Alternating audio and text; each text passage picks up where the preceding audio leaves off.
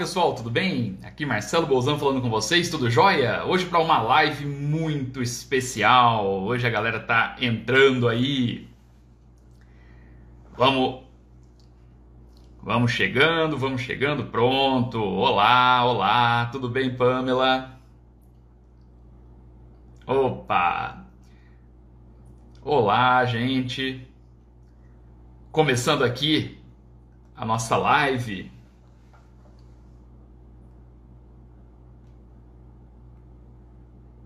Perfeito.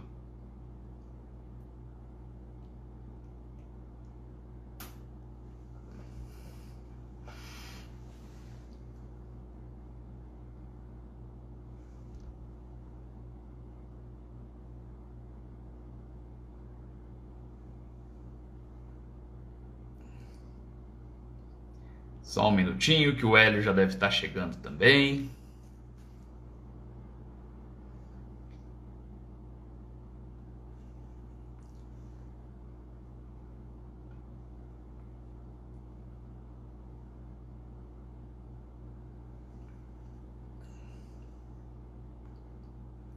Pronto.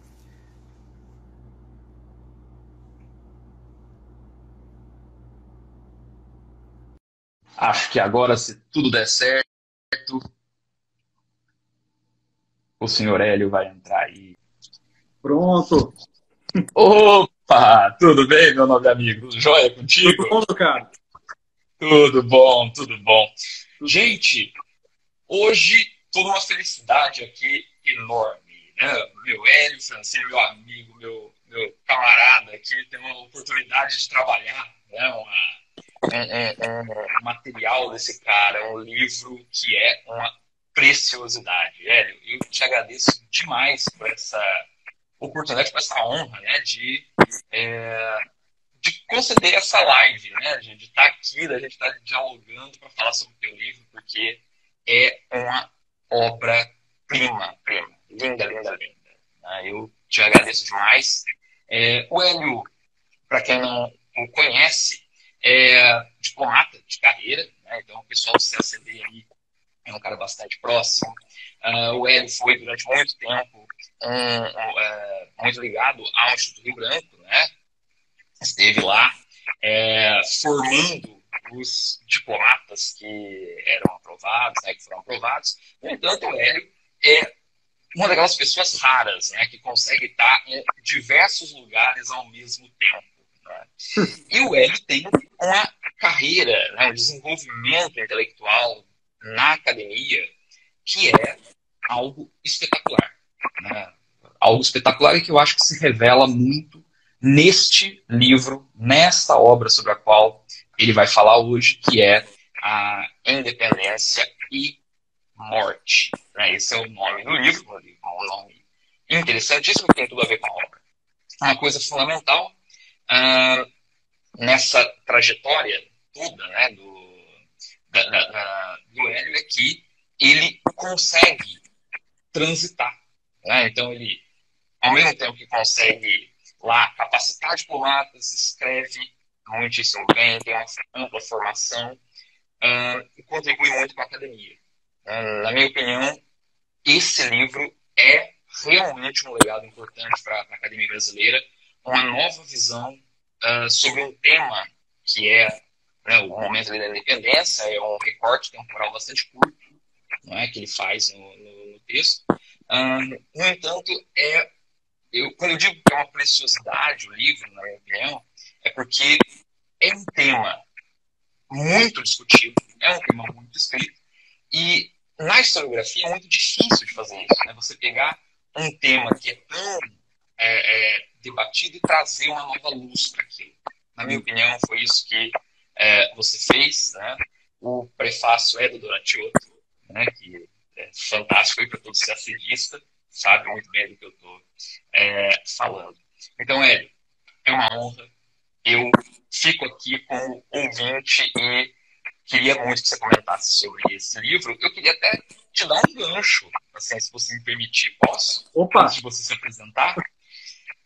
Tem uma fala aqui muito interessante. Eu vou pontuar aqui. Vamos ver se eu vou te dar um gancho de professor para professor.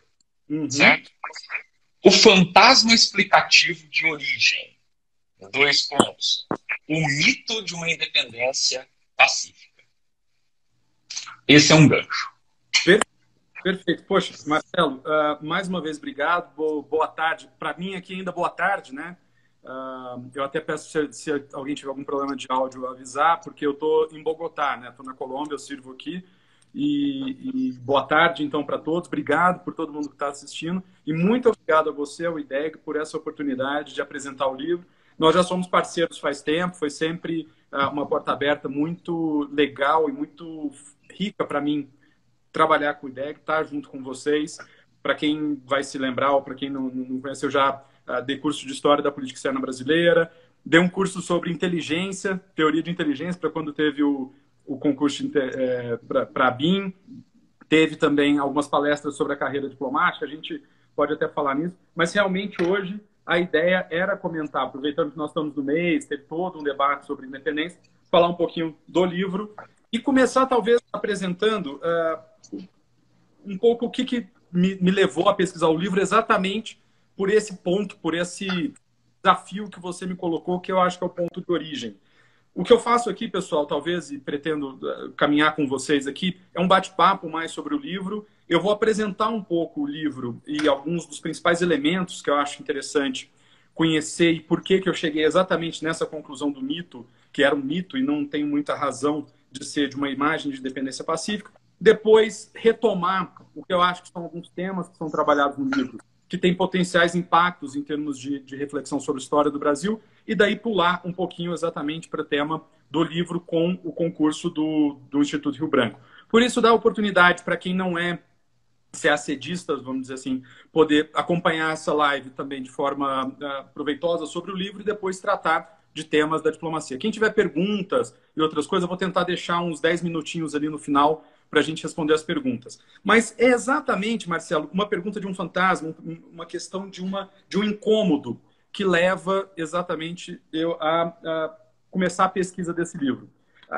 Os meus estudos de história do Brasil, como todo mundo, você tinha estudos amplos e de repente eles mudam, ganham uma natureza muito mais intensa na preparação do concurso para o Rio Branco. Então eu posso dizer que esse livro é um produto também muito mais do concurso que já está dentro da carreira diplomática. Porque exatamente na preparação, no estudo de história do Brasil que a gente faz na preparação para o concurso, sei que o concurso mudou, meu concurso foram os concursos de 2000 a 2003, então é outro mundo que passou já, infelizmente a gente vai ficando velho e não percebe. Mas você tem efetivamente se aprofundar muito nessas questões que eu acho que são fundamentais, que são a formação do Estado, da sociedade, da nacionalidade brasileira. E quando você começa a estudar isso, você primeiro se depara com uma historiografia muito interessante e o livro é exatamente um desenvolvimento dessa historiografia, um acompanhamento dessa historiografia que começa a colocar algumas questões de mitos ou de histórias que a gente tinha de quando estudou no colegial, alguma coisa que estudou na faculdade. Que é aquela ideia que a gente tinha de um Brasil de 500 anos, aquela ideia de algo que já quase que estava pronto, né? A gente fala muito, o Brasil tinha 500 anos, os portugueses que seguravam a gente, depois a gente mandou os portugueses para fora e voltamos a quase ser um país ainda com 1 milhão de desafios, mas já estávamos ali prontos desde antes. Né? E não um processo de construção social que vai se desenvolvendo dentro da história. E você tem essa historiografia interessante que vai exatamente explorar esse processo para dizer, olha, nem tudo estava construído, a nacionalidade, particularmente a identidade nacional brasileira, o que hoje a gente se conhece como brasileiro, a gente sente como brasilidade, não era um processo simples, não foi um processo que estava pronto. Você pode ter tido algumas expressões de emancipação anteriores, como a Inconfidência Mineira, mas que não tinham um sentido relacionado com esse processo histórico nosso. A independência é algo muito maior e aqui você pode colocar interpretações dos mais diferentes matizes, né? Desde o Florestan Fernandes, por exemplo, se você quiser uma interpretação de base marxista que falava da revolução da independência, porque é ali que começa o efetivo processo capitalista brasileiro, ele vai apontar todos os problemas, ele não está negando nada disso, até outros que verificavam, olha, você não pode olhar a independência só como um divórcio, uma mera separação de algo que estava feito. Nessa historiografia que começa a reolhar a história brasileira, particularmente o início do nosso Estado, e ver, olha, as coisas não estavam prontas, as coisas foram acontecendo. Gerou uma série de questões. E o Kenneth Maxwell tem uma publicação de 2001, que é uma publicação de artigos, que são Brasil 500 anos, que a capa é uma capa azul que tem 1.500, 2.000, Brasil 500 anos, que é até uma contradição com o que tem nos artigos depois. E tem o Kenneth Maxwell, que é um fantástico historiador, em que ele menciona exatamente por que o Brasil foi diferente. E uma das questões interessantes disso é por que nós, e é uma questão que está sempre presente nessa discussão, nesse debate, é por que de repente nós nos tornamos um Brasil uno, desse tamanho, e você olha do lado, por exemplo, e o que então eram as colônias espanholas se fragmentaram em vários estados. Em outros lugares houve fragmentação. No caso norte-americano é um processo quase que contrário, porque é um grupo pequeno, um território pequeno que já depois vai se expandindo. Então nós temos um caso muito interessante no Brasil, não de uma independência ou não independência em si, mas por que essa independência, efetivamente como nós a conhecemos, e não dentro das possibilidades que existiam, por que ela aconteceu? Surgiram várias teorias. Uma delas, e assim, ela deve prevalecer ainda no CACD, eu imagino, e aí, sendo o caso, mantenham ela, é exatamente a do Zé Murilo de Carvalho, que é a questão da homogeneidade das elites e também alguns desafios que essas elites, que compartilhavam grandes valores de cada, eles tinham. Por exemplo, o caso do haitianismo, que era um caso real aqui. Não há nenhuma diminuição do que nós vamos falar, do medo que havia sobre as abolições escravas e o fato de que a escravidão foi um dos cancros que roeu o império e a gente paga até hoje problemas de não ter resolvido da forma como deveria ter resolvido antes esse problema. Então, não é lidar com isso, mas sim precisar melhor os fatos históricos. E a tese do Zé Murilo, mais uma vez, eu sou fãzaço, eu sou fã do fã-clube Zé Murilo de Carvalho e eu acho que a tese dele, todos os estudos dele são fantásticos. Eu queria seguir sobre o caminho dele, inspirado por ele, por outros, né, alguns autores importantes, como o Istvan Yaxo, João Paulo Pimenta, o Wilmar Roloff de Matos, que fala de tempos depois, mas do tempo saquarema, exatamente sobre a formação da identidade nacional. Só que quando você olhava tudo isso e você começava a olhar alguns outros indícios, alguma coisa parecia estar fora do lugar. Não as ideias, porque esse é um outro debate, mas alguma coisa estaria fora do lugar. Se vocês pegarem o livro do Amado Sérgio, do Clodoaldo Bueno, História da Política Exterior Brasileira, o livro nosso, a Bíblia desde então, para você estudar para o concurso do Rio Branco nessa parte, ele mencionava ali um dado sobre mobilização de tropas na época da independência. Tropas que eram um número maior de mobilizados do que aqui na própria Colômbia, ou seja, o Bolívar, que fugiu da guerra, teve muito menos soldados do que você tinha na mobilização, e eu depois descobri, mas já dá para adiantar, ele tinha metade dos soldados que foram envolvidos nos combates na Bahia. Foi o máximo que ele teve. Ele nunca ultrapassou esse valor. E você então começa a identificar pequenos problemas. Por que a Bahia tem o 2 de julho? O que era aquela coisa que de vez em quando alguém lembrava da Batalha do Genipapo? E aí você começa a achar alguns autores na historiografia brasileira que falavam, olha, teve algumas guerras regionais, resistências de tropas, algumas coisas simples. Mas, peraí, se teve resistência, será que foram só as tropas? E aí você começa a se perguntar. E à medida que você vai se perguntando, você começa a encontrar obras mais anteriores, mais antigas, que falavam de outros elementos, que traziam outras questões. Então, eu comecei, de repente, a estudar, descobri que você tinha uma mobilização militar muito maior do que a gente imaginava. Então, eu falei, olha, aqui tem um nicho muito interessante. Estudei tudo isso para o concurso, né, toda essa nova visão sobre a formação do Brasil, formação da nacionalidade, tudo que você vai vendo, por exemplo, o retorno de Saquarema, da centralização, efetiva construção do Estado brasileiro. E eu vou colocar, tem um elemento interessante aqui, que é o fato de que a Bahia parece que foi maior do que aquilo que eu tinha estudado. Aí eu descobri, por exemplo, o Revolução da Independência do Brasil, um livro fantástico do Zé Honório Rodrigues. O próprio Barão do Rio Branco escreve algumas coisas que chamam a atenção. Então, nisso eu falei, olha, eu tenho um nicho aqui para explorar, eu gosto de história militar, eu vou explorar a história militar. E foi aí que eu fui propor, passando o tempo, ou seja, nós saltamos de 2004, 2005 até 2004, que são os estudos para o Rio Branco, eu faço meu mestrado sobre política externa independente, muito depois, né? Mas eu volto em 2010, olha, eu quero fazer o meu doutorado, esse é o tema que me mobiliza, eu leio muito. Então foi muito tempo de reflexão. Apresentei o projeto, passo e você começa a pesquisa. E de repente a pesquisa começa a se colocar uma questão. Se houve guerra, como que eu dou sentido a ela? essas operações militares que eu estou aos poucos descobrindo um monte, eu tenho que dar um sentido a ela. E aí talvez tenha sido o mais interessante do percurso do livro e o mais interessante da gente estudar essa parte da história, porque eu fui obrigado a voltar a entender melhor o Brasil daquela época. Como que o que depois veio a ser Brasil, né? Como que esse território vivia e quais eram as características que potencialmente levaram a um elemento político de confrontação que se desenvolve dentro da violência, ou seja, da utilização da violência. Ou seja, você precisa quase que achar uma função social para essa guerra, uma função política, lembrando a definição que a guerra, na verdade, a definição do Clausewitz, que ela é uma continuação da política por outros meios, não é que a política pare e ela continua. Ela é uma forma de política, quer queira ou quer não. E aqui não estou usando a interpretação do Carl Schmitt, que acha que a política é a dicotomia entre amigo e inimigo. Nós não estamos falando disso. Mas a guerra é exatamente um momento de exacerbação, exatamente, talvez por uma falha da política de conseguir compor os diferentes tipos de interesses e de achar meios de solução das controvérsias e dos interesses da sociedade. E nessa volta que é interessante que eu queria mencionar, e eu vou ter que mencionar brevemente, porque a nossa live é muito rápida, alguns elementos, porque a gente tem que entender a situação do Brasil para entender particularmente a heterogeneidade que você vivia naquele território.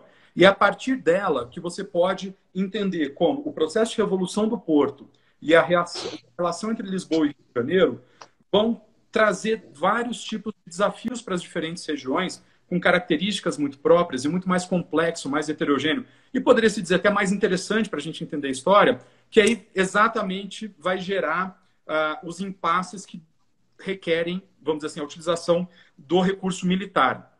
Então, se a gente for repassar o Brasil daquela época, não dá para fazer isso muito rápido, porque senão seria 30 lives só para isso.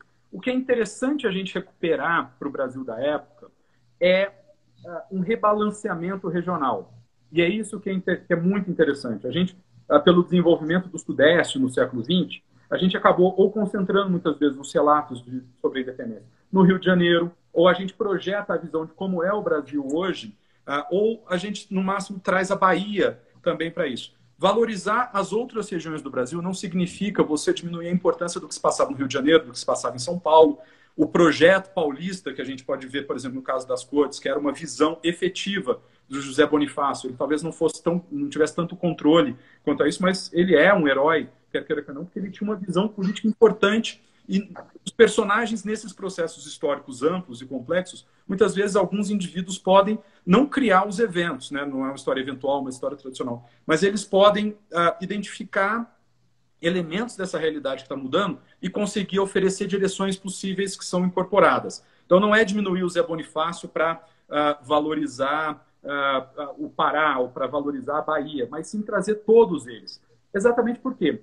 Porque essa colonização que é realizada nas Américas, ela é muito na costa, né? Aos poucos ela vai se interiorizando e ela vai apresentar características muito diferentes no que hoje, por exemplo, a gente pode chamar do norte brasileiro, que lá era o Pará e o Maranhão, ainda não havia o Amazonas, do que é o Nordeste, que é o centro da colonização efetiva, onde se desenvolve ela, e depois a nova fronteira, que vai ser no século XVIII, a mineração, Minas Gerais, São Paulo, Rio de Janeiro. O que a gente vê nesse aspecto é que você tem, primeiro, realidades geográficas muito diferentes. A gente sempre imaginou o Brasil muito junto e, por exemplo, Portugal muito distante. Se você fosse olhar pela característica dos transportes, não é que não havia vias de comunicação dentro do território do que se tornou Brasil. Mas, na verdade, você tinha vias de comunicação muito mais fáceis com outros lugares. Você sair do Maranhão ou do Pará, pelas próprias correntes do Atlântico, era muito mais fácil chegar a Lisboa do que chegar ao Rio de Janeiro. Dependendo da época, a diferença temporal era significativa. Então, você vai ter, por exemplo, no Maranhão e no Pará, relações muito mais sólidas com Lisboa e com o comércio do Portugal europeu do que necessariamente com o Rio de Janeiro. Você vai ver a Bahia como centro. A Bahia tem uma importância que a gente pode valorizar e é importante valorizar para essa época, porque ela é parte de um triângulo entre a Europa com a África. E aí, aqui eu me inspiro no Costa Silva, no Alberto da Costa Silva, ele traz a história africana e a contribuição da África, para a política brasileira e para a formação do Estado brasileiro. ela é de forma muito específica. Além disso, de você olhar essa realidade geográfica, você tem que balancear as importâncias regionais. Salvador, Pernambuco, tinham importâncias, se eu for pegar 1820, muito maiores do que a gente acostumou a colocar. Eram cidades pujantes, eram cidades produtoras de uma forma extremamente relevante. Minas Gerais, um processo de decadência da mineração, mas continuava sendo importante. São Paulo ainda estava começando e tá. Então, se a gente for ver, olha só, tem números interessantes sobre o elemento populacional. Em 1822, isso é uma estimativa frágil, mas outras pesquisas acabam se aproximando dela, porque é uma ciência de 22. E meio o Rio de Janeiro, mais populoso, com 706 mil. Pernambuco, com 647 mil. Minas Gerais, com 621. Bahia, com 562. Maranhão, com 462. E não mencionam outros. Juntar em 1823, pelos cálculos que eu encontrei de vários autores, o que hoje é o Nordeste tinha 2 milhões de pessoas, mais ou menos. O que o Sudeste, 1,5 milhão. Então, a gente está falando do Nordeste, ou sim... desculpa, agora tá cortando. Vamos ver se melhorou. Ô Hélio, eu acho que é o meu microfone aqui. Você está me ouvindo bem aí, não? Tô te ouvindo. Tá. A gente... Vê se agora... Tá, o seu... Deixa eu ver se o meu também tá... Voltou, gente? Estão me escutando melhor? Às vezes é de eu falar muito rápido, porque a gente vai animando e vai falando... Não, acho que não. Acho que ou é o teu aí ou é o meu aqui. Mas eu acho que... Tá. Porque eu só troquei o fone. Vamos ver se... Mas, então, o que é importante, a gente rever um pouco a distribuição e as importâncias regionais. Essas importâncias regionais acabavam trazendo também impactos sobre a noção de identidade. Não sou eu, mas o Istvan Yaxo e o João Paulo Pimenta, nesse livro, tem um artigo que chama Peças de um Mosaico, que é interessante, que eles falam entre pátria, como que é? Pátria, país e nação. Ou seja, eles falam de pequenas pátrias, porque essas realidades que a gente foi mostrando, econômicas, sociais, geravam identidades regionais muito fortes também.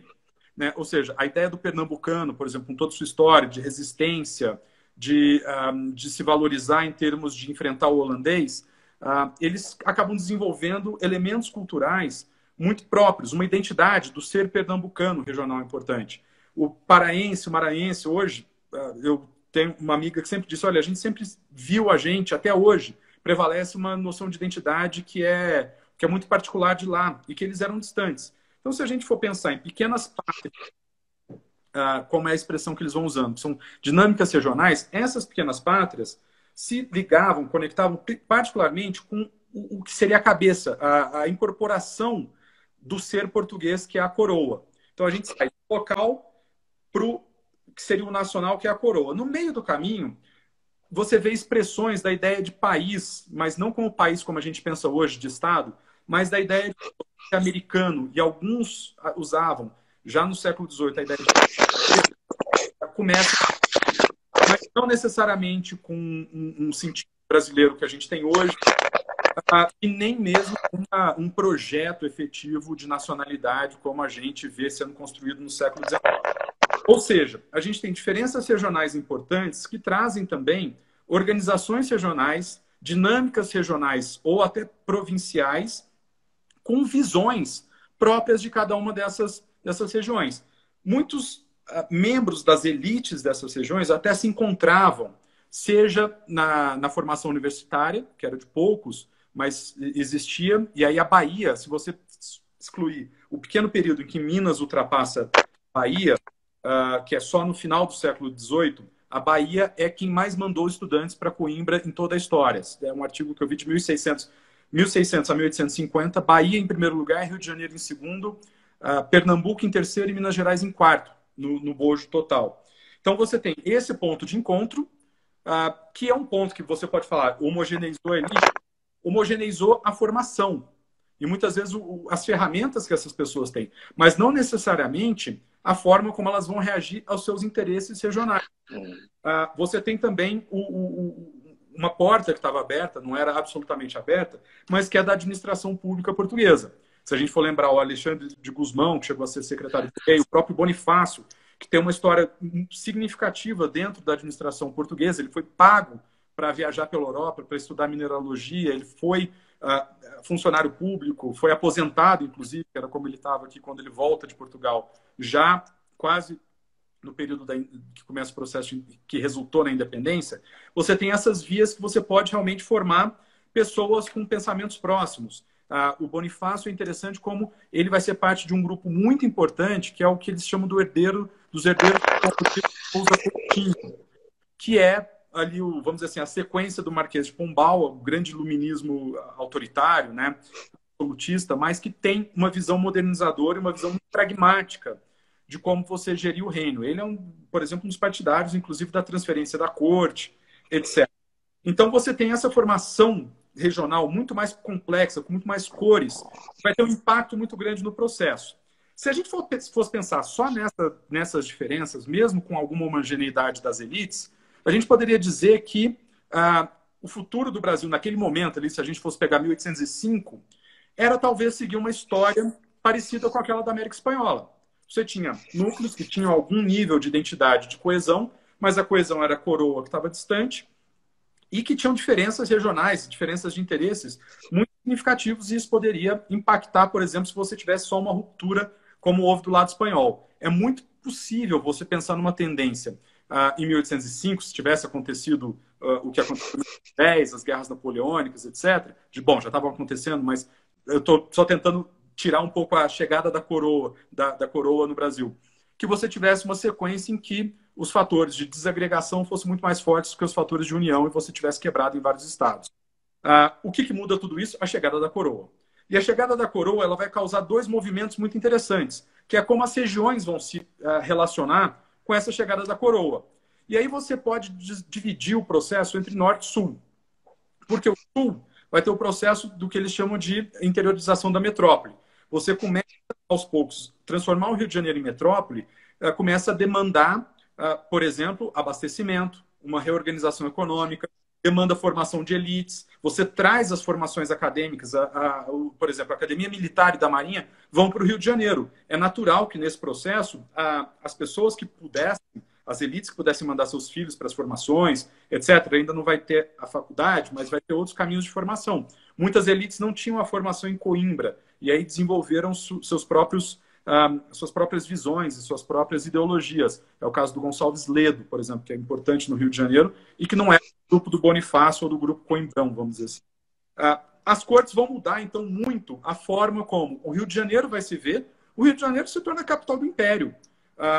Ele coroou um rei, ou seja, o único rei de dinastia europeia efetiva foi coroado aqui. Você tem a elevação do Brasil a Reino Unido, que é uma significação muito grande. Por quê? Primeiro, o Brasil deixa de ser colônia, ou seja, depois de dezembro de 1815, o Brasil não é mais colônia. Não é colônia de Portugal. O Brasil é um reino, igual a Portugal, ligado à soberania da coroa.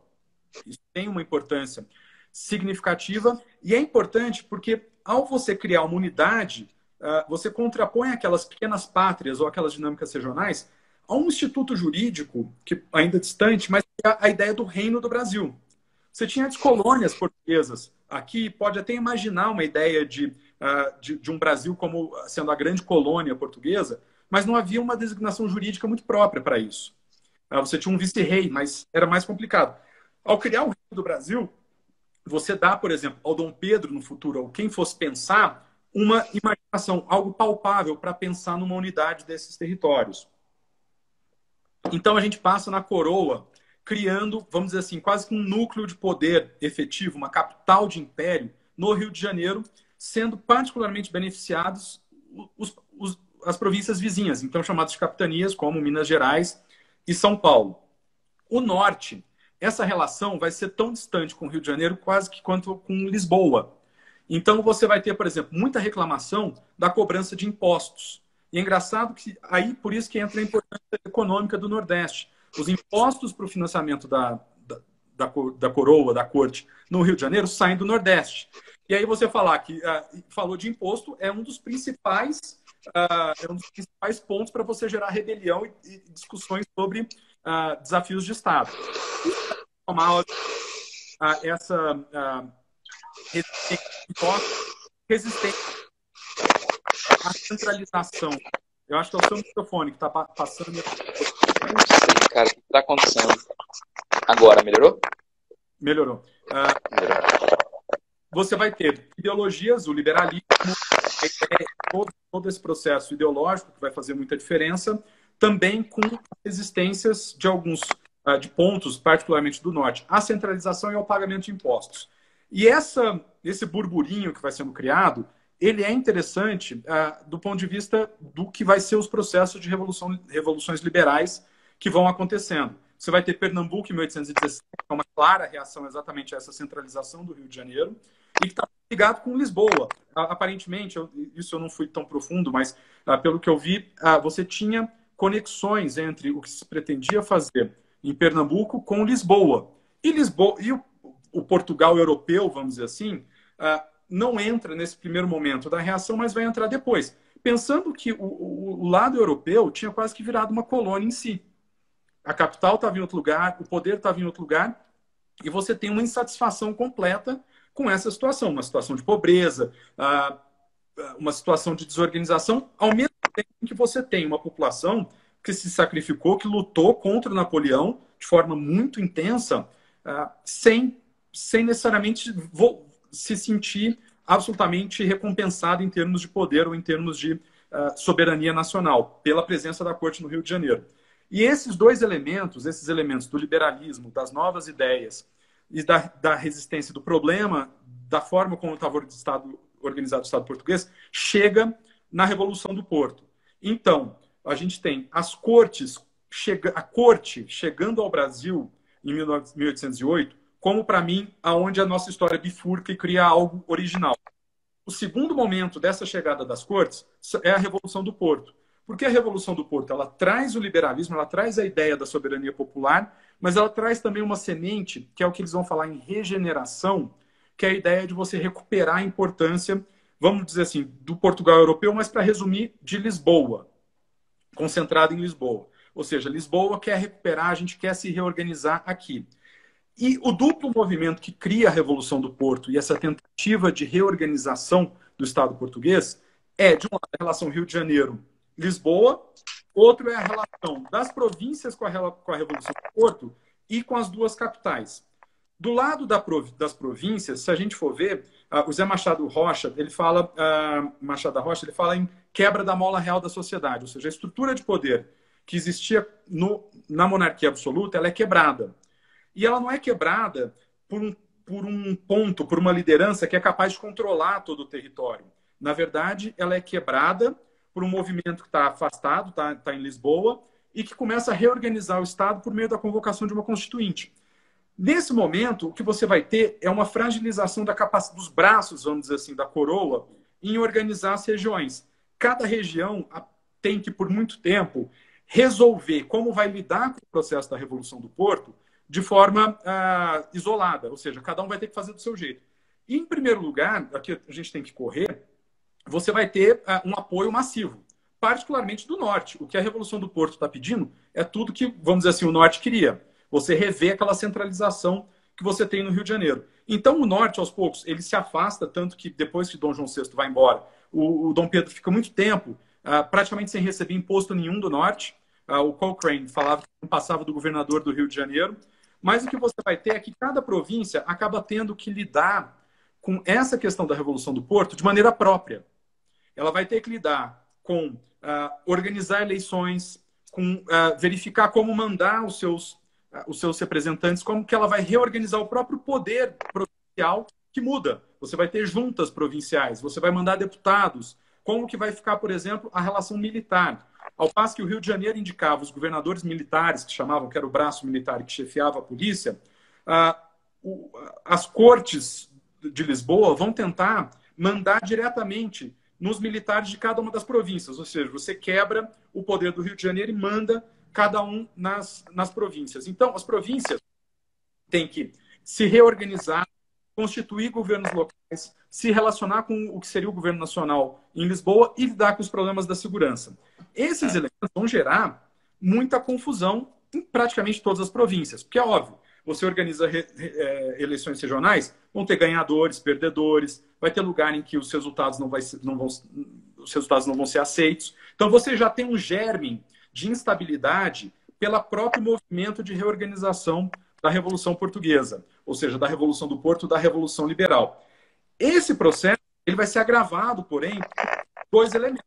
Em primeiro lugar, essa ideia de regeneração das cortes portuguesas, ou seja, de uma certa prioridade do movimento europeu, que Pará e Maranhão não vão ter problema, mas outros estados vão ter problema, e que vão gerar enfrentamentos, inclusive, direto com as províncias. Pernambuco, com a sua tradição de centralização, vai resistir, por exemplo, à indicação de governadores ou de autoridades direto de Lisboa. Tanto que você já tem um primeiro esboço de guerra civil em Pernambuco antes do processo de independência, que é o movimento de Goiânia, que termina com a Convenção de Beberibe, que faz exatamente sair o governador que estava no local, indicado pelo próprio Dom João VI, mas que adere à Revolução, e que vai tentar mandar instruções, tentar organizar os seus deputados de acordo com os seus interesses. E vão sentir que o processo de centralização do poder nas Cortes de Lisboa vai contrário às promessas da Revolução do Porto, e é aí que Pernambuco começa a se mexer um pouquinho para o lado do Rio de Janeiro. Na Bahia também, você vira uma confusão, porque você vai ter problema entre diferentes grupos, que depois vão ser caracterizados como grupos pró-Lisboa ou pró-Rio de Janeiro, mas que, por exemplo, tem a ver com a organização militar. O governador das armas daquele momento era de origem brasileira e era muito popular. As cortes tentando trazer para si a força militar, elas nomeiam Madeira como governador. E nesse embate entre diferentes facções que apoiam a Revolução do Porto, você vai ter o problema dos combates em fevereiro de 22, que levam à formação do Grupo de Cachoeira, e aí a origem da guerra regional, e que depois vai se nacionalizar. Muitos dessas regiões, dessas províncias, pedem tropas a Lisboa. As tropas não vêm só por envio necessário das cortes. Na Bahia mesmo, em outros lugares, pedem as tropas para que garantissem exatamente a Revolução contra aqueles que eram suspeitos de serem ainda favoráveis ao Rio de Janeiro.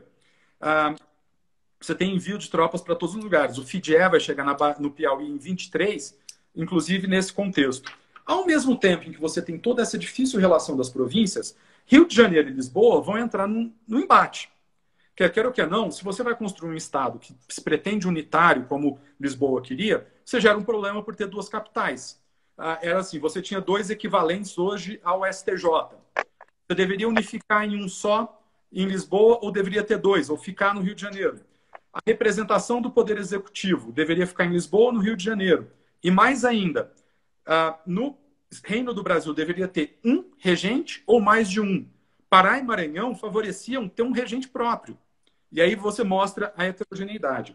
E óbvio que os grupos que estão em volta do Rio de Janeiro, eles vão se organizar, aos poucos se organizar, o Dom Pedro muito titubeando bastante, mas aos poucos eles começam a se formar, que a gente poderia dizer, só para resumir essa história, numa defesa do Rio de Janeiro como capital. Então é esse duplo movimento que é interessante, porque as províncias estão enfrentando os seus problemas próprios, ao mesmo tempo em que Lisboa e Rio de Janeiro gradualmente vão disputar e vão entrar em conflito pela organização do Estado português e pela preponderância de uma ou outra. Você tem na parte jurídica, por exemplo, os monistas e dualistas. Os europeus defendendo uma unidade do Poder Judiciário, os dualistas dizendo, não, aqui no Brasil você precisa ter alguma coisa. E é muito interessante que, mesmo quando o Dom João VI recebe informação da Revolução do Porto, você já tinha gente dizendo, olha, não vai dar certo unificar. Por que não convoca uma constituinte também no Rio de Janeiro? Você faz duas constituições, as duas ligadas à coroa. E é essa ideia, mas de uma certa forma vai prevalecer na mente do Dom Pedro. E isso é muito interessante, porque quando ele é convencido aos poucos a aderir a esses grupos que estão se formando, que são heterogêneos, que não são nada parecidos, os interesses são díspares e você vê essa disparidade, mas tendo um inimigo comum, eles se juntam. Desde o grupo de formação tradicional, Dom Rodrigo de Souza Coutinho, como era o Bonifácio, até o grupo do Gonçalves Ledo e outros grupos. Esses grupos se juntam, Dom Pedro, E aí você tem 9 de dezembro de 1821, a chegada dos decretos das cortes, que praticamente quebravam o Rio de Janeiro. Fechavam os tribunais, espalhavam o poder para as províncias, e com isso as províncias acabavam conectadas só a Lisboa, e mandavam o Dom Pedro de volta para Lisboa. Nesse processo entra, por exemplo, a figura da Leopoldina, absolutamente importante, mas nesse processo há um convencimento. E Dom Pedro joga um pouco entre ir e não ir. Ele fala para diferentes pessoas quando ele decidiu ficar, por exemplo. Você tem ali um processo em que ele resolve ficar e liderar esses grupos que estão se formando em torno dele. São grupos pequenos, porque as adesões vão ser ainda mínimas, né? Rio de Janeiro, São Paulo e Minas Gerais. E Minas Gerais ele tem que abrir fazer a viagem conhecida para Minas Gerais para garantir. Mas o fato é que na hora que ele consolida esse grupo, você tem um enfrentamento efetivo entre Dom Pedro e as cortes. O enfrentamento já é militar no Rio de Janeiro, que vai ter a questão da expulsão das tropas portuguesas comandadas pelo Avilés. Então, esse movimento ele é gradual. Dom Pedro tem um conflito com as cortes, não necessariamente com Dom João VI. E é nisso que você vai o que eles vão chamar de independência moderada, que são medidas graduais que vão sendo tomadas até agosto de 1822, que vão reafirmando a posição, construindo a posição do Rio de Janeiro em contraposição às cortes, não necessariamente em relação ao Dom João VI. E esse enfrentamento ele vai ter, na Bahia, um ponto muito importante, por isso que o que é um conflito regional vai ganhar cores nacionais muito fortes. Porque, de repente, o Rio de Janeiro vê que a Bahia é o centro estratégico, quem dominasse a Bahia tinha uma vantagem muito grande, e muitas das reações, inclusive a declaração de independência, é uma reação às medidas das cortes na Bahia, que vão reforçando o seu papel lá, começam a mandar tropas, etc. E você vê esse building up, esse crescimento da posição do Rio de Janeiro, que aos poucos vai alimentando ou vai aumentando, vamos dizer assim, a partida, o desafio, a disputa com Lisboa. A cada medida, e aí é engraçado que é um diálogo muito difícil, né? Porque ele leva meses. Você recebe uma informação, toma uma atitude, leva 2 meses para chegar do outro lado. Quando chegou do outro lado, já evoluiu a situação, então é meio um diálogo complicado. Mas Dom Pedro, aos poucos, vai reforçando seu papel. Convoca o Conselho de Procuradores, que é um conselho que é feito para representantes do local, não para fazer leis, mas sim para servir de conselheiros do rei, do regente. E esse conselho ele só vai ser formado em junho, em maio, junho. É engraçado que um dos principais representantes desse conselho é o Dom Lucas Hobbes, que é o representante da Cisplatina. E aí a Cisplatina é uma história completamente outra, que quase que merecia uma live completa, mas é onde todo esse processo interno do mundo português se junta ao processo do mundo espanhol. E ele é mais complicado ainda, mas tem um conjunto de tropas muito grandes ali. Mas você tem esse conselho de procuradores e muitas vezes, em reação às medidas das cortes, você vai vendo novas medidas. A declaração de Dom Pedro como defensor perpétuo, que é praticamente torná-lo o comandante em chefe, é uma reação às notícias de que os consulados portugueses estavam tentando evitar que o Rio de Janeiro comprasse armas, recrutasse soldados no exterior. Você tem a convocação da Constituinte em 3 de junho, ou seja, 3 de junho é aprovada a convocação da Constituinte Nacional, da Constituinte do Reino do Brasil, que não vai ter necessariamente apoio de todo mundo, mas eles tentam fazer. Uma Constituinte que estava prevista até pelo próprio Dom João VI e que era quase que natural que fosse acontecer. Na hora que você convoca a Constituinte, você praticamente coloca a ruptura completa e absoluta com as cortes.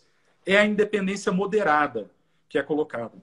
A partir daí, as medidas são fundamentalmente de política internacional, ou seja, militares e diplomáticas.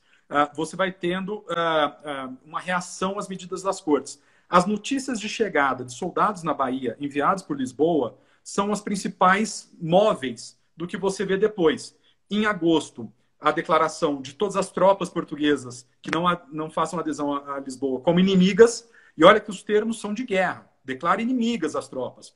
O manifesto às nações estrangeiras, até no momento em que o Dom Pedro, tendo que lidar com uma outra revolução que indica a não homogeneidade, ele está em São Paulo, chegam notícias exatamente de novas medidas das cortes e a chegada de um volume grande de tropas na Bahia, em que é falado, olha, não tem mais como, tudo que a gente já vinha nesse crescimento, agora talvez a função seja realmente romper definitivamente. Não vou entrar aqui só por questão de tempo no papel da Leopoldina nesse processo.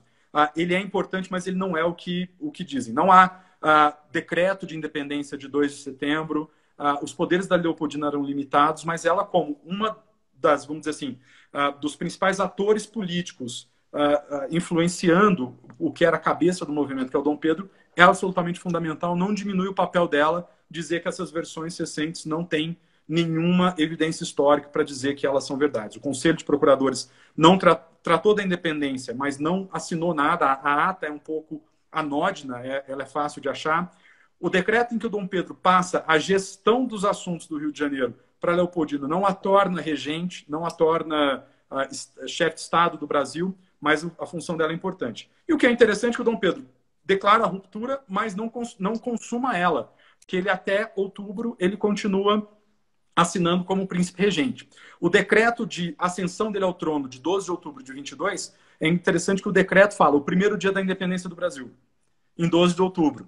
No comecinho, ali no primeiro reinado, era considerado mais importante o 7 de setembro, mas já no segundo reinado já muda isso. Ou seja, o Rio de Janeiro vai, aos poucos, aumentando essa partida contra Lisboa. Ele passa de um enfrentamento político para efetivamente querer estar pronto para o enfrentamento direto. E aonde que vai acontecer esse enfrentamento? Porque se você tem esses dois núcleos, o problema está em todo o resto do país que está completamente quebrado, inclusive por influências regionais. E aí você tem essas províncias que já estão conturbadas, sendo obrigadas, quer queira ou quer não, a optarem por um dos dois lados. E é aonde essa opção não foi possível de ser clara que você vai ter que ter exatamente a questão da operação militar. Aí aquele problema do mito, ou seja, a gente faz todo esse processo que quase consome todo o tempo da live para chegar aqui. Teve lugares em que você não foi fácil, mas que você pôde construir decisões efetivas sobre que lado optar. As províncias coligadas, como elas se chamavam, São Paulo, Minas e Rio, tomam essa atitude para Dom Pedro. Pará e Maranhão nunca se movem em prol do Dom Pedro. Lembrando que a Constituição Portuguesa, que é feita que termina em dezembro de 22, teve 36 dos 53 deputados representantes das províncias brasileiras, 36 assinaram a Constituição Portuguesa. A maioria, se a gente fosse pensar em termos de legitimidade, a maioria dos representantes populares brasileiros assinou a Constituição Portuguesa. A do Rio de Janeiro ainda não tinha começado a ser feita. Então você tem, vamos dizer assim, dois blocos mais claros de opção ou por Rio de Janeiro ou por Lisboa. Aonde a situação era mais frágil, você teve exatamente a quebra e você teve ali a necessidade de você partir para a guerra, para o combate, para dar uma resolução. A Bahia, isso estava muito claro, só que o problema é que a posição estratégica dela é muito forte. Você não tem como fugir dela. Então, esse problema de opção, ele se torna um conflito nacional. E os números são impressionantes. Alguém falou, Portugal não fez nada para mandar. Portugal chegou a ter 20 mil soldados lutando por Lisboa no território brasileiro, dos quais quase 13, 14 mil estavam na Bahia. E eles não estavam lá antes, eles foram chegando. Ou seja, o que Lisboa podia mandar de gente, de navio, de tropa, eles foram mandando. O que é de limite em 23 é que, ao longo dos combates, e aí se a gente quiser resumir os combates, você tem um processo de cerco de Salvador e combates no recôncavo baiano em termos de marinha, e aí o livro discute se o Madeira errou em se concentrar na Bahia, se ele tinha tropas para tentar avançar sobre Cachoeira ou não, se foi um erro tático deixar ele se fechar e o cerco se fechar, como ele geriu a administração das ilhas no recôncavo, por exemplo, tinha uma marinha muito forte, por que ele não partiu para cima? Mas o fato é que, por muito tempo, quem toma a iniciativa dos combates, e aí a gente tem Pirajá em novembro de 22, são as tropas portuguesas. E são sucessivas levas de tropas que vão chegando. Em maio de 23, você tem 1.300 soldados chegando de Lisboa. O que eu falo no livro é que você teve um problema ali no confronto nacional, que é a Bahia, em que você tem pernambucanos, cariocas, paulistas, além dos baianos lutando. Então, o 2 de julho não é um feriado baiano, é um feriado nacional. Deveria ser muito mais valorizado do que é. Porque todo mundo estava ali lutando, mas com a base da Bahia, efetivamente, pode ter um orgulho regional, um orgulho estadual do que foi realizado ali. Mas você tem um problema ali que, de repente, em 23, aparece uma ameaça continental, que é isso que eu exploro no livro, ou seja, a Espanha é invadida pela França, e você acha que eles vão chegar em Lisboa também, contra as cortes, também, né, é uma reação, né, contra o liberalismo espanhol e que poderia chegar. Então você precisa manter as tropas ali. E também em 23 tem a Vila Francada, que é praticamente o fim das cortes e a recuperação do poder pelo Dom João. Nesse momento, ele já não tem mais nenhum interesse em continuar o combate. Aí você tem uma suspensão do combate, que é uma suspensão meio complexa, porque não é que ele simplesmente abandona e volta a negociar com o filho. É muito mais complexo do que isso. Mas isso vai acontecer em 23. O Dom Pedro, no final de 22, ele tinha só em novembro de 22 conseguido a adesão de Pernambuco. E o primeiro sinal da adesão de Pernambuco não é uma adesão direta, é só que o Labatu, que é designado para comandar as tropas na Bahia, do Exército Pacificador, ele passa por lá, ele fica muito tempo discutindo se iam ser oferecidas tropas ou não, mas ele consegue a passagem, consegue levar tropas pernambucanas também para a guerra na Bahia. Então, a Bahia é um centro nacional. Há um impasse militar terrestre muito grande, são meses de desgaste, os relatos dos combates são coisas absolutamente interessantes. Eu não imaginava que aquilo tivesse passado no Brasil. Quando entra a Marinha, aí que você tem a ruptura do cerco. Porque enquanto o Madeira consegue se prover via mar, ele consegue se sustentar. E ali é uma praça de guerra daquelas efetivas. As descrições são algo extraordinário. Você poderia fazer um livro só sobre o cerco de Salvador e colocar como elementos de importância significativa em termos de história, ou até exemplos, aqueles livros que assim, não são grandes eventos de história, mas que nos termos militares são super interessantes de pensar. Eu estava lendo um livro sobre os cercos muçulmanos nas ilhas gregas, por exemplo, daria para você colocar como algo próximo. Mas a Marinha quebra isso e, de fato, o Madeira ele perde as condições de ficar. Nesse caso, então, você tem não uma guerra por procuração, mas Lisboa e Rio de Janeiro atuando diretamente para decidir quem ficava com o centro estratégico. Um outro teatro que vai ser desenvolvido é o que a gente pode chamar de norte, porque é uma dinâmica regional muito própria. Você pega Ceará até o norte, Pernambuco, Piauí, Maranhão e Pará.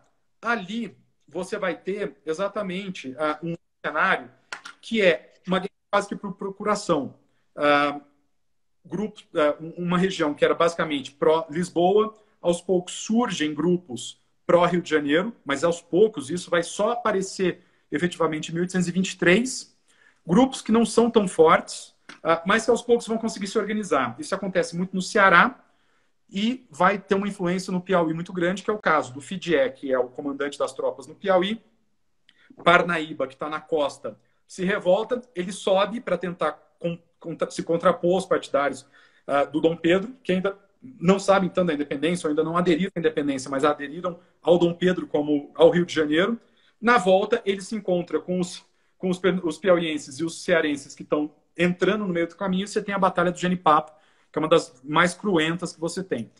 O Fidié, ele foge para o Maranhão, ele se concentra em Caxias, e aos poucos você tem essa dinâmica da guerra que vai se concentrar no cerco de Caxias, que é um negócio longo, de várias semanas, e aos poucos, numa invasão desses partidários do Rio de Janeiro, que vão invadindo o Maranhão, até coincidir essa invasão, que está chegando quase em São Luís, com a chegada do Cochrane também, e aí a efetiva adesão em fins de 23 do Maranhão. Pará é uma dinâmica muito parecida e vai acontecer logo depois também. Quase que não é uma adesão, é uma incorporação forçada. De onde surgiram esses membros ou essas pessoas que apoiaram Dom Pedro? Na verdade, você pode identificar até nos grupos que perderam as eleições. Ou seja, você tem alguns que eram efetivos, não nacionalistas, mas pró-Rio de Janeiro efetivos. Você tem várias missões que são mandadas para adquirir partidários do Dom Pedro, mas aos poucos os grupos são formados. Na Cisplatina seria o terceiro lugar, porque você tem tropas aí europeias e americanas que efetivamente estavam ocupando a região e que vão quebrar entre dois blocos. E aí, ali é muito mais simples. Uma parte adere ao Rio de Janeiro, outra parte adere a Lisboa. Quem prevalece? Por isso que a gente trata em três blocos, porque foram aqueles lugares onde a adesão efetiva, a cooptação, porque Pernambuco, por exemplo, é cooptado. São promessas de descentralização de poder regional que trazem. Não é uma homogeneidade, um movimento muito fácil que vai acontecendo. Pernambuco negocia. Então, aonde você não conseguiu aderir, cooptar com promessas, ou as meras pressões realizarem esse efeito, você tem exatamente os teatros de guerra. o que mostra que havia uma fragilidade, não apenas no fato de que não era 100% de adesão ao Rio de Janeiro, mas também as próprias elites que estavam próximas, ou os grupos, têm uma movimentação popular grande, mas esses grupos não estavam naturalmente próximos ao Dom Pedro, ou seja, eram negociados.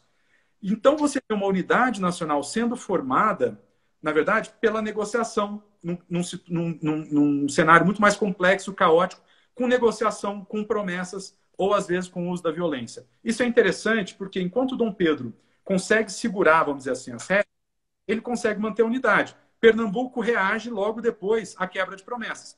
A nomeação de um governador pelo Rio de Janeiro e não local, o fechamento da Constituinte, em que eles falam que foram logrados, assim como foram logrados pelas Cortes de Lisboa, você tem a Confederação do Equador. No Maranhão, você tem os relatos absolutamente interessantes de como quase ninguém apoiava o Rio de Janeiro, mas tinha sido incorporado. Então, enquanto o Dom Pedro está ali, você sente que ele consegue segurar esse que a gente poderia dizer os problemas de origem, os problemas estruturais do Brasil. E quando ele sai, você vê na regência, depois tentaram falar de experiência republicana, etc., você vê os mesmos problemas. É quase que se os problemas não tivessem sido solucionados. Na verdade, eu consigo ver uma identidade entre a regência e essa nova visão da indústria. E aí o trabalho que você vai fazer em 1850 de efetivamente consolidar o Estado Nacional Brasileiro e criar uma identidade nacional brasileira.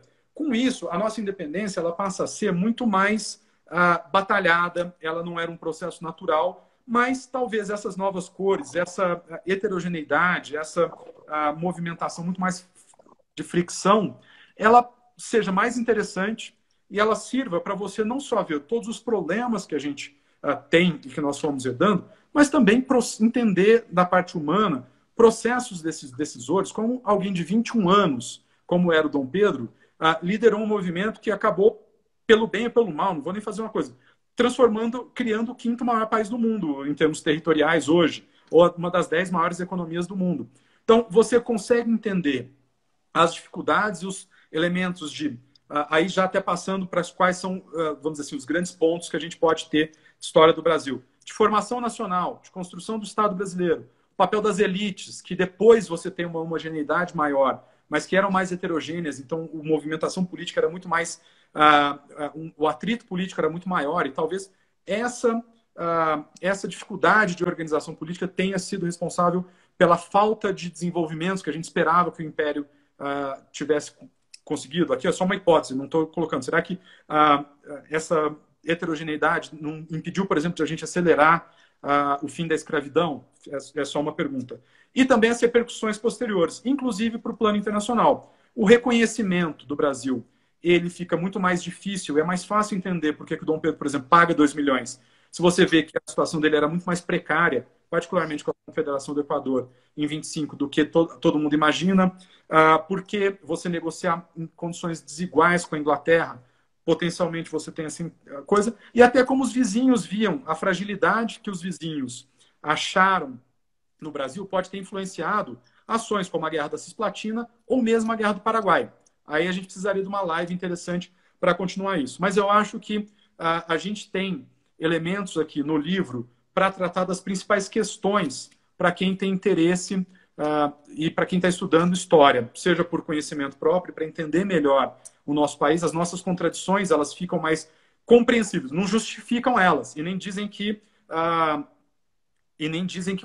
que é legítimo, que a gente pode simplesmente aceitar o que tem de erro hoje. Mas entendendo melhor o passado, entendendo os desafios, olhando inclusive as partes boas, junto com as partes ruins, elas não são excludentes. A gente talvez consiga trabalhar melhor a memória do nosso país.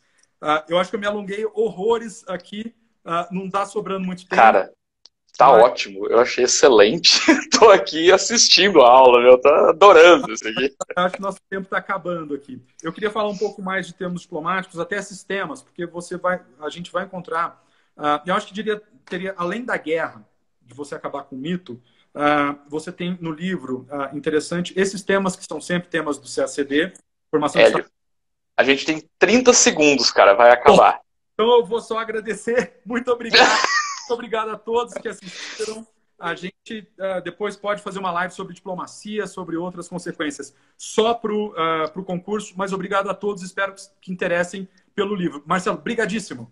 Valeu, gente. Aquele abraço. Até mais. Valeu, Hélio.